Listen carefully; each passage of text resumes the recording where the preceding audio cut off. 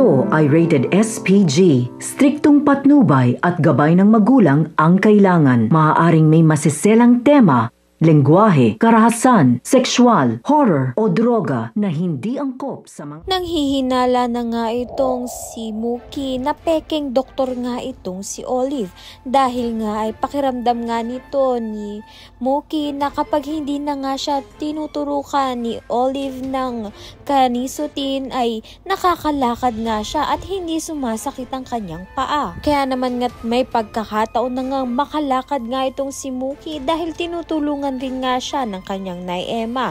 Ngunit magdidilim na naman nga paningin nga nito ni Olive nang makita nga niyang nakakalakad na nga itong si Mookie dahil nga sa tulong nga nito ni Emma. Kaya naman nga't gagawa nga ng paraan ito ngang si Olive na palayasin nga itong si Emma at pagpaplanuhan nga ni Olive ang pagpapakulong niya nga dito kay Emma. Kunwari nga may papalinis nga itong si Olivia sa storage room at makikita nga ni Emma ang necklace nga na nawawala nga nito ni Mookie upang ang pagdiskitahan nga siya ng mga kapulisan na magnanakaw.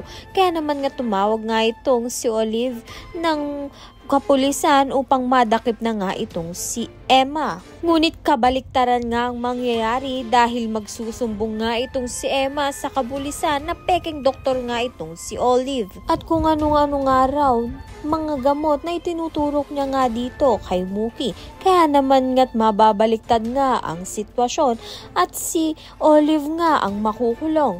Ayan at iba pa ang dapat nating pakaabangan. Maraming salamat sa iyong panonood.